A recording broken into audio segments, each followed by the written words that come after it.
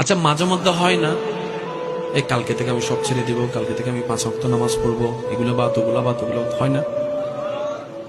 কিন্তু বাস্তবতা দেখা যায় সেটা আর পারা হয়ে উঠে না। সেক্ষেত্রে আমার ছোট্ট একটা পরামর্শ, আগে জিনিসটা একটু বোঝার চেষ্টা করেন। আপনার যখনই মন বলবে যে আমি কালকে থেকে ভালো হয়ে যাব, 5 ওয়াক্ত নামাজ পড়বো, তখন আপনি বুঝে নিবেন আল্লাহর রহমত আপনাকে ডাকতেছে। এটা কিন্তু 2 দিন আগেও আপনার কাছে আসেনি, কিন্তু এখন আসলো কেন? তাহলে আপনাকে বুঝতে হবে এটা আপনার রব আপনাকে ডাকতেছে। মা গাররাকা বিরাব্বিকাল কারীম, বান্দা আয়। কারণ রব তো সরাসরি কারোর সাথে কথা বলবে না। রব কি করে? এই অন্তরের মধ্যে জানাই দেয়, বান্দা মা গাররাকা বিরাব্বিকাল কারীম আয়। তখন কিন্তু আপনার সেই ইচ্ছাটা জাগে। এবার আপনি এই ইচ্ছায় সাড়া দিলে রাগ করবে কে? শয়তান।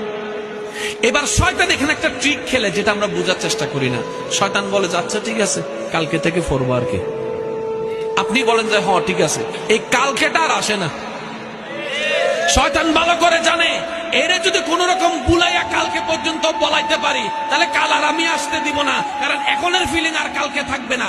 আপনার আমার করণীয় হচ্ছে, এখন মন চাচ্ছে এখন নামাজে দাঁড়ায় যাব, ফরজ নামাজ না থাকলে নফলে দাঁড়ায় যাব, কোরআন তেলাওয়াত করে যাব, দেখবেন যে আপনার কাজ হয়ে যাবে। সুবহানাল্লাহ।